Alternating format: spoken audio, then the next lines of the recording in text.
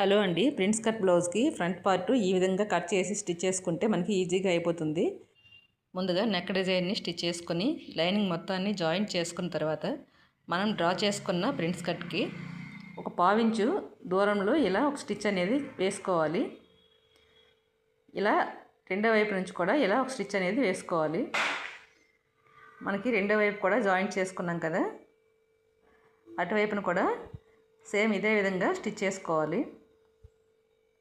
ఇలా స్టిచ్ చేసుకున్న తర్వాత ఈ ప్రిన్స్ కట్కి మనం మధ్యలో గ్యాప్ ఉంచుతాం కదా, ఆ గ్యాప్లో ఉన్న ఎక్స్ట్రా క్లాత్ని ఇలా కట్ చేసుకోవాలన్నమాట.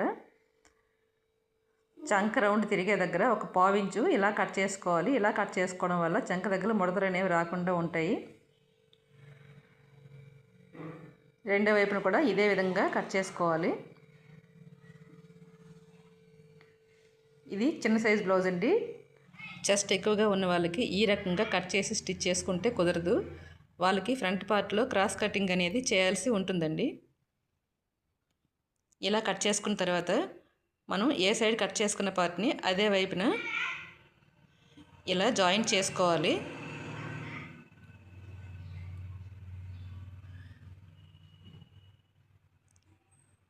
ఇలా జాయింట్ చేసుకున్న తర్వాత మళ్ళీ అదే స్టిచ్ పైన మరో స్టిచ్ వేసుకోవాలి.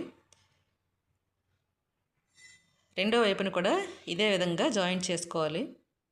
నెక్ ఎలా స్టిచ్ చేశాను అనేది ముందు వీడియోలో పోస్ట్ చేశాను, ఒకసారి దాన్ని చూడండి.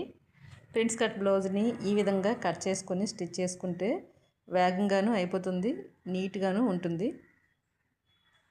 ఒకసారి ఇలా స్టిచ్ చేసి చూడండి.